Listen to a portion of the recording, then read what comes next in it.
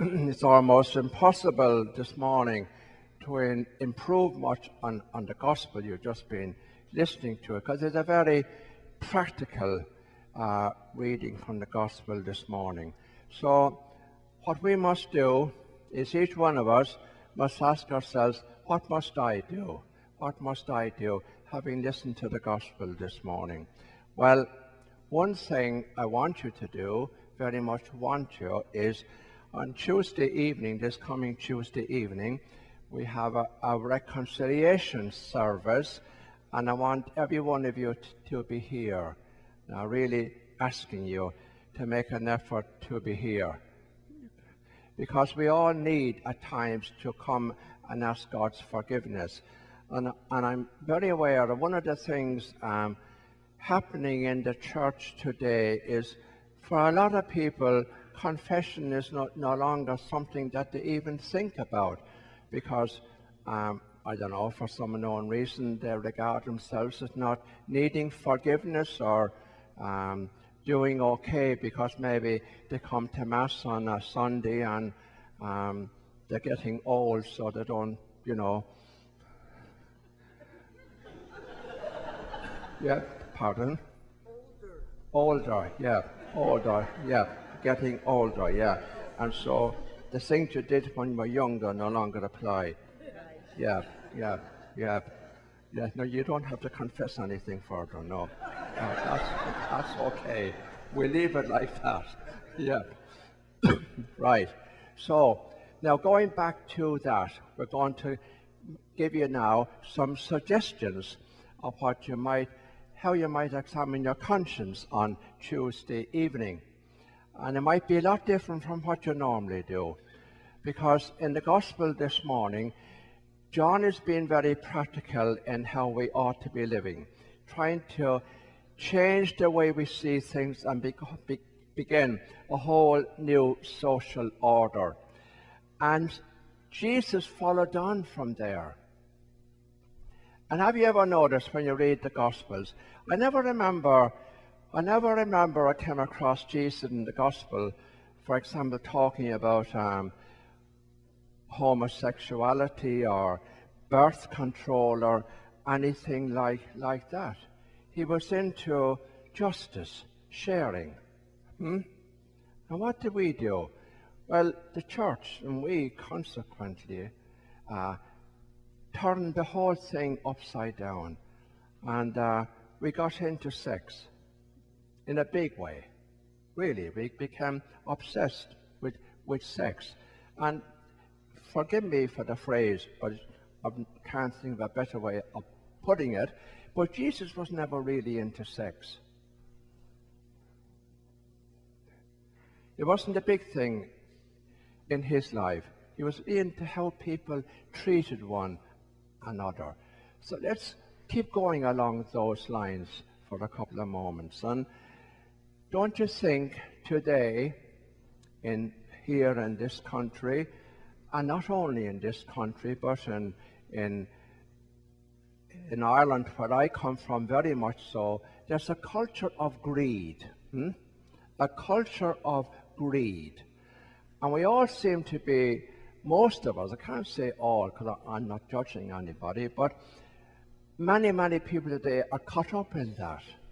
And so you find today a lot of business people, they come to Mass on a Sunday and they say their prayers, and so they have a nice comfortable feeling, and they sing some nice hymns, and they go away feeling good.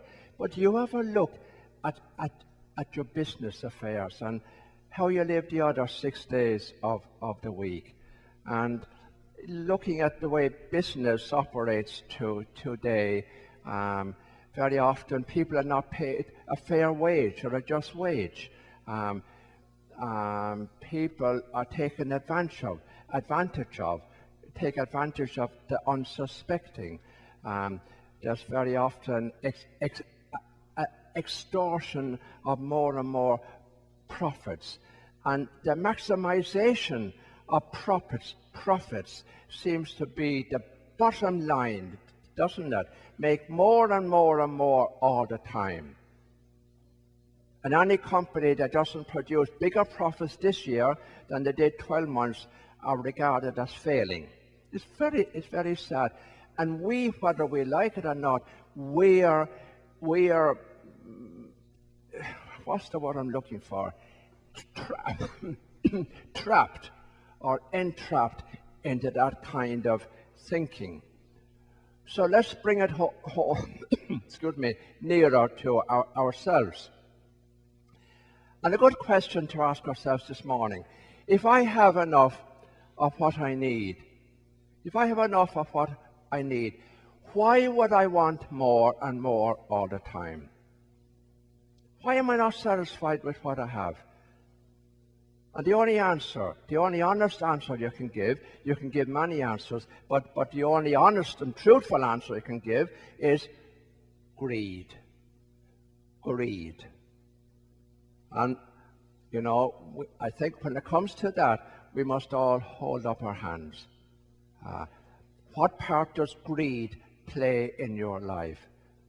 Be honest. Be honest. What part?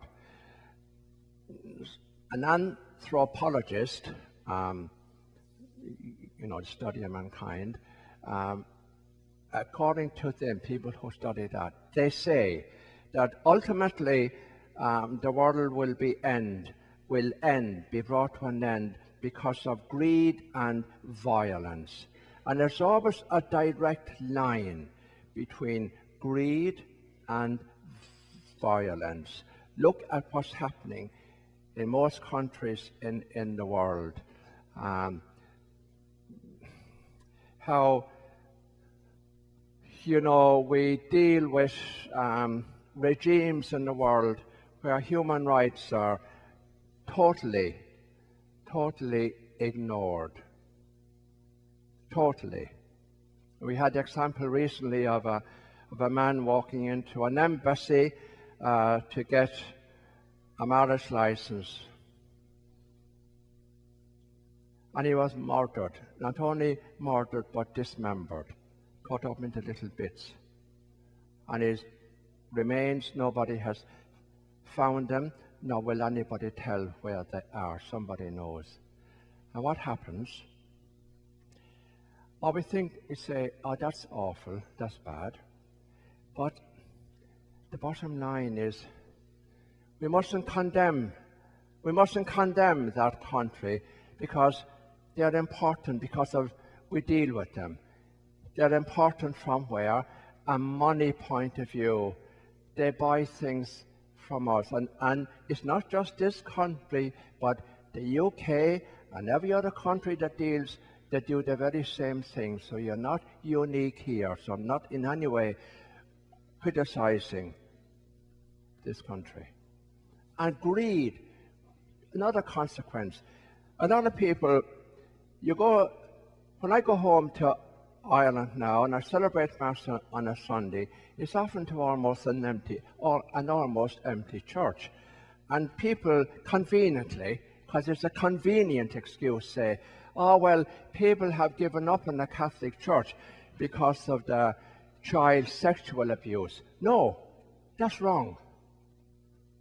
Long before that became an issue, people were leaving the Catholic Church when, during the Celtic Tiger, when everybody suddenly became rich. And my own family involved were not satisfied with one home. They had to have 2 or 3 homes. 2 homes as an investment. And charge exorbitant rents from the people who couldn't afford it. And when they got rich, guess what? They forgot about God. Yep. And that's what happens. That's what happens in society. Everybody is out to take advantage of everybody else. Look at how you operate. Look at the business you're involved in. There's a little story about that. It's not here in this country, thank God, or I'd be very careful. But there was a restaurant owner taken to court, and he was accused of stuffing his chicken cutlets with horse meat. Oh no, that's pretty bad, yeah. Yeah.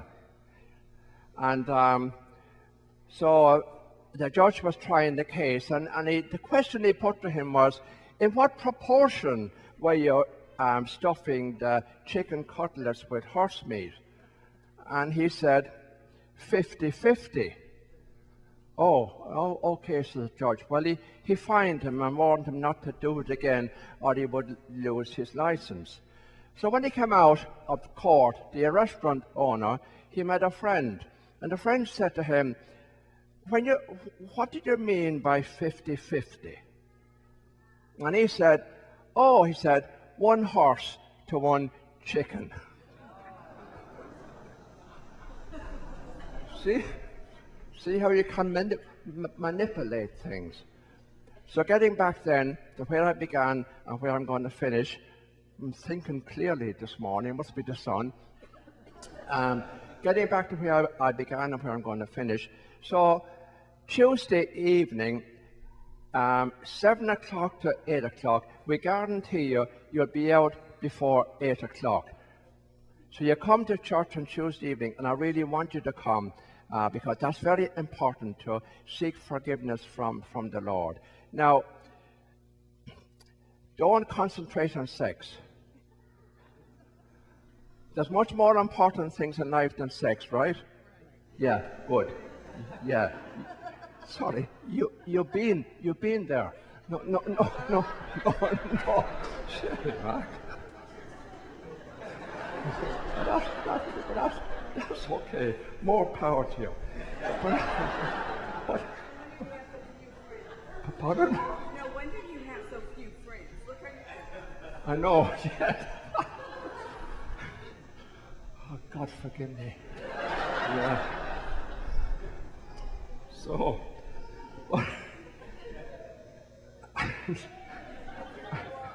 Yeah. And so, now seriously, so we don't need a big long list. Because seriously, when you walk in that door, God knows what you need to be forgiven for. And that's a beautiful thing. And God always forgives totally. So when you come on Tuesday evening at 7 o'clock, just say, what ought I... Now don't, hello, don't leave. Bring back the baby. There's nothing wrong with the baby. No, don't let her out. No, seriously, there's nothing wrong with the baby crying. Come and sit down and enjoy the Mass. Please, come back. No, there's no need. If a little baby cries, isn't that the most natural thing in the world? Yeah, come back, feel comfortable, and if anybody is looking at you, you tell them,